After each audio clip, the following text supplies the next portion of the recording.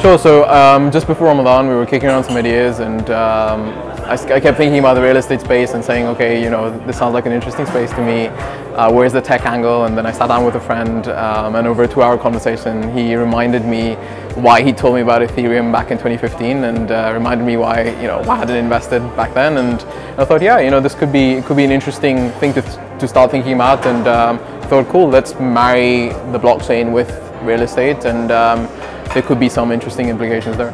So today we're trying to do a couple of things, and I think the main area is to focus in the real estate space, and the idea is to essentially take real estate assets, tokenize those assets, and allow anyone to come in and buy those tokens.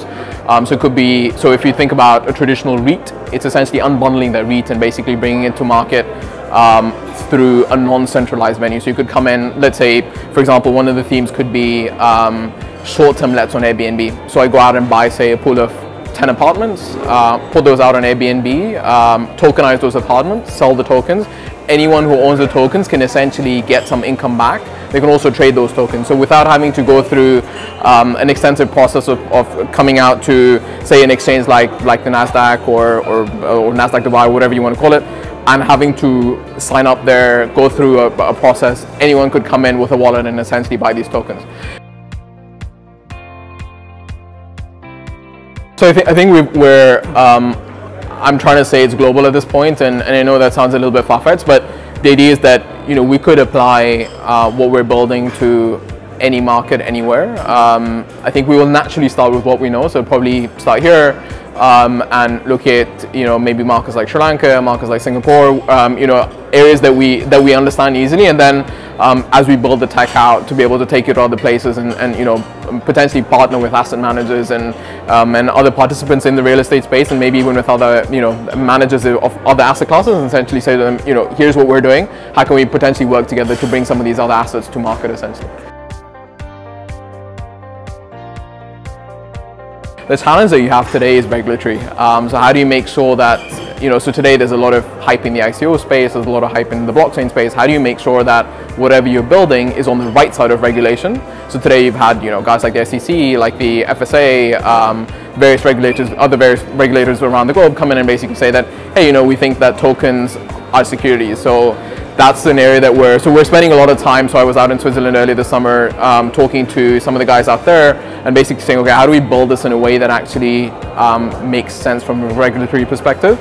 And then beyond that, it's the rest of the challenges around technical, building the right smart contracts and so on and so forth. I think the big challenge that we're facing today is where is regulation going to go? So I mean, looking at some of the stuff that is being talked about at Cityscape today or at the conference today, we're just starting to digitize things like title deeds and so on, and the challenge is that forget digitization, we're talking about sort of sticking them on distributed ledgers and so on. So where blockchain is and where some of these things are being discussed globally is sort of maybe 2 to 3 a gap to what we're seeing locally in the region, and it's a challenge. But I think what tends to happen is that industries develop in sort of fits and bursts, and you'll eventually see us catching up and basically technology being applied.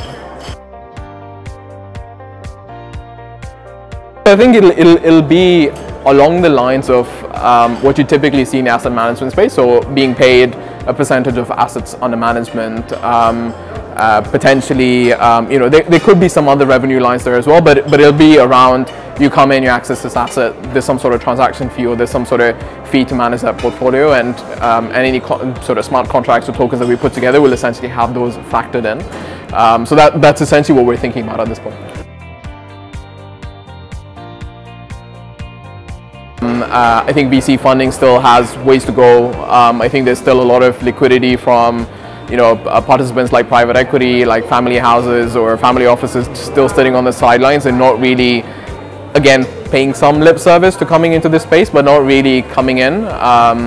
And I think it's also, I think we're at the moment economically from sort of a regional perspective, I think we're going through a set of challenges, and some of which we're acknowledging, some of which we aren't. And I think the challenge is that either, I think in some spaces you're starting to see people hit pause and say, okay, I'm just going to sit back and wait for this to tide out. But what tends to happen in more mature developed economies is that you continue to invest, and I think and we need to keep investing in order to continue to build our ecosystem. And I think beyond that, I think probably a couple other things. Education. I think we need much more. I think we just need more startups, more activity to take place.